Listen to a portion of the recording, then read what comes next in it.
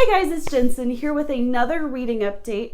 Before I get into the books that I've been reading this week, I wanted to just really quickly update you. I realized I didn't talk last week about Close to Shore by Michael Capuzzo.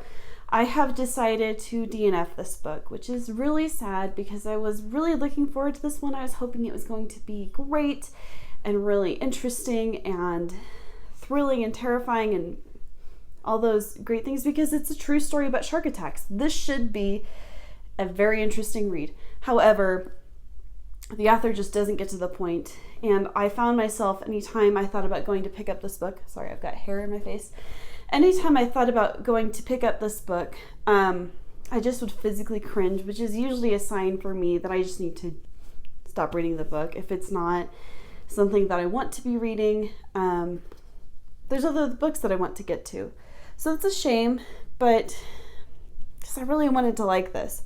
But he just waters the book down with so much unnecessary detail. He takes 100 pages just to set up the setting and the time period and all that. And it took halfway through the book to get to the actual shark attacks. So it was just really not well written, not well done. And I don't know if I'm going to try to pick it up at some point in the future and try to finish it. At this point, probably no. I'm probably just going to donate it. So yeah, that's the update. I DNF'd it. So now on to the books that I've been reading this week. So first, I've been reading The New Jim Crow by Michelle Alexander. This is nonfiction, and it reads sort of as a thesis paper, and basically her argument is that mass incarceration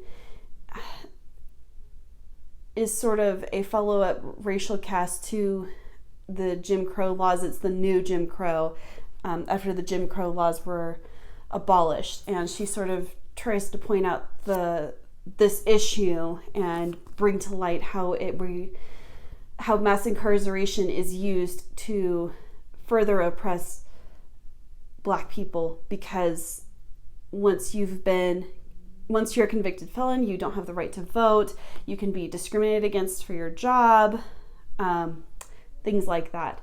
So I haven't gotten that far. I am only about 32 pages in. I will say that so far the writing is very dry. It does read like reading someone's research thesis paper.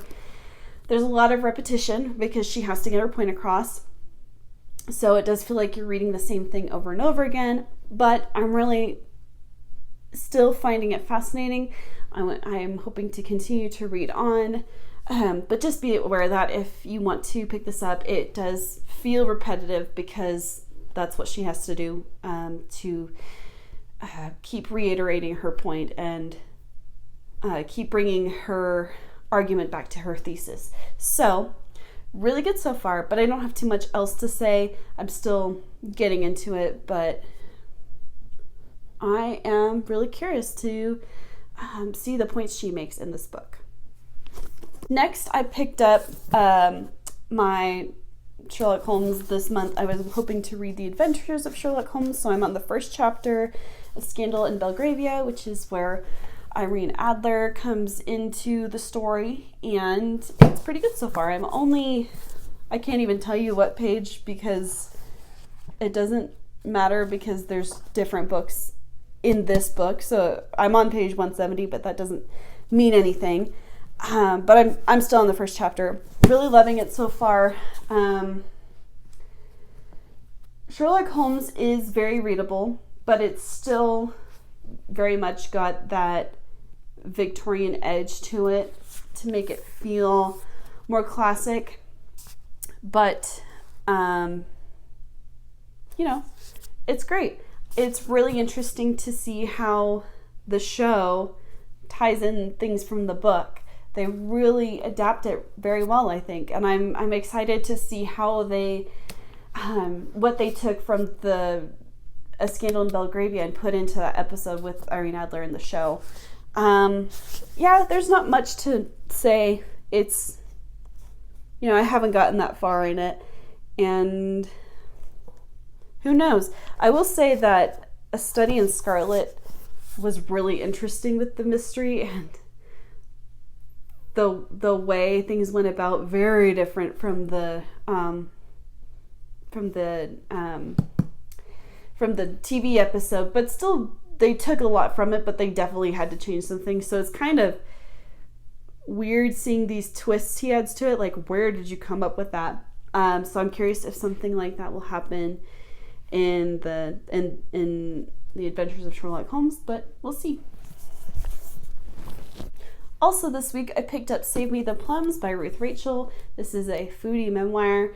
I read Ruth Rachel's other memoir, Sapphire and Garlics, last year, which was about her time as a New York Times food critic, and that was so great. And it was a lot of fun because she used to disguise herself so that restaurants wouldn't recognize her, and she wrote about the different treatment she would get based on what disguise she was wearing.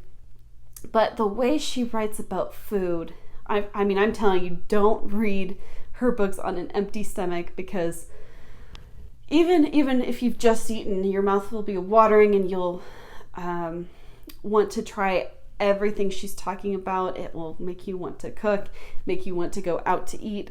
And the way she writes about food, she writes a lot about a lot of fancier dishes, but the way she writes, you know what it tastes like, even if you've never tasted anything like that before. She is a genius when it comes to writing about food. So this book is about her moving on from being a New York Times food critic to becoming the editor at Gourmet magazine, and just her experiences there. So I am really curious to read it. So far it is great. If you like reading about or if you like reading foodie memoirs, foodie books, highly recommend her books. I mean, definitely the Sapphire and Plums. Haven't read this one yet, but I think it's going to be just as good. So yeah, this is great so far, and I'm really excited to continue reading it. I just have to make sure that I have plenty of snacks on hand. And finally, this week I have been reading on my Kindle app on my phone, Saving Mary Lee by Annette K. Larson. This is the third book in her Dorothea series, which is kind of a fantasy series because it's a fictional setting, but it also feels like historical romance. I think that's how it's categorized on Amazon. And the fantasy element ends in that it's a fictional setting. There's no dragons, there's no magic. So for all intents and purposes, it's historical romance because it reads like historical romance. And I love Annette K. Larson's books. I love them so much. Her characters. So each book follows a daughter, or a princess, of the King of Dorothea, one of his daughters. And the first one is Just Ella. The second one is Missing Leland. And the third book, which I'm rereading right now, is Saving Mary Lee. And there's two more. There is Painting Rain and Kissing Kinley. I think that's all she has out right now for the Dorothea series, but they are all great. I know that books following princesses might sound juvenile, but these are not. Her characters are strong and sweet and fun, and I love them so much, each one, and I'm just rooting for them throughout the whole book. And they're just good. They're just good characters that you want to follow, and you want them to be happy and get everything that they desire. And I just love them, and I forgot how gripping her books are. I just will compulsively read them, and I can't put them down. They're just the sweetest, cutest romances. And if you're looking for something light and fun and just saccharine, with some deep emotion, because it's not just all rainbows and roses, there are legitimate struggles and trials that each character goes through, I highly recommend them. They are great. And you don't have to read the books in order. They're each a standalone, but if you want to, I highly recommend Just Ella, reading that one first, because that one is fantastic. It might be, well, so I think Saving Mary Lee might be my favorite. I have to go back and reread them all now to make sure, but Just Ella is fantastic. Missing Leland, I love that one, so I don't think I've read the other two, but I need to pick them up.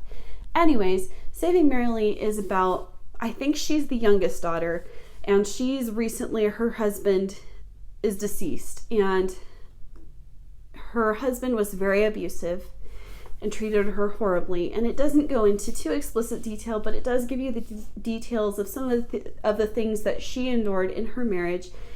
And it just breaks your heart, the things that she's had to go through in her life, and how helpless her situation felt, and how she tried to fight. But anyways, it's heartbreaking, but it's so satisfying watching her come into her own and heal and try to take control of her life and not let the trauma of her past define her, but she's trying to move on from it. And I don't know. Annette K. Larson does leave a disclaimer at the beginning of the book that this is not supposed to reflect everyone's experience. Everyone experiences trauma and abuse and heals from it differently. So it may or may not be accurate for everyone, but I really appreciate what the book is trying to do, and I find it really impressive how it depicts her overcoming her traumas and healing and finding herself again and saving herself.